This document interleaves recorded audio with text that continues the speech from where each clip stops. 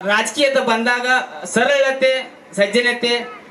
ಯಾವುದೋ ಒಂದು ಜಾತಿ ಭೇದ ಭಾವ ಇಲ್ಲದ ಸರ್ವಜ್ಞಾಗ ಹಾದ್ರು ನಮ್ಮವ್ರಂತ ಹಚ್ಕೊಂಡು ಒಂದು ಸಹಾಯ ಮಾಡುವಂತ ಏಕೈಕ ವ್ಯಕ್ತಿ ನಾನು ನೋಡಿದಂತ ಅದು ಸತೀಶನ ಜಾರಕಿಹೊಳಿ ಅವರ ಅವ್ರದೇ ಹಾದಿಯಲ್ಲಿ ನಡೆದು ಬಂದಂತ ನಮ್ಮ ಅಕ್ಕ ಪ್ರಿಯಾಂಕಕ್ಕ ಅವರ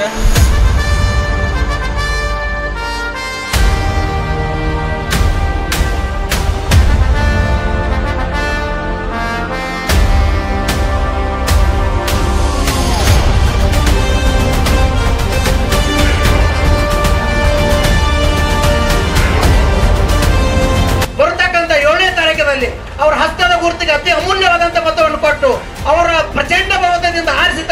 ನಿಮ್ಮಲ್ಲಿ ದಯವಿಟ್ಟು ಆತ್ಮೀಯಿಂದ ಕಳಕಳಿ ಮನವಿಯನ್ನು ಮಾಡಿ ಮಾತನ್ನು ಮುಗಿಸ್ತೇನೆ.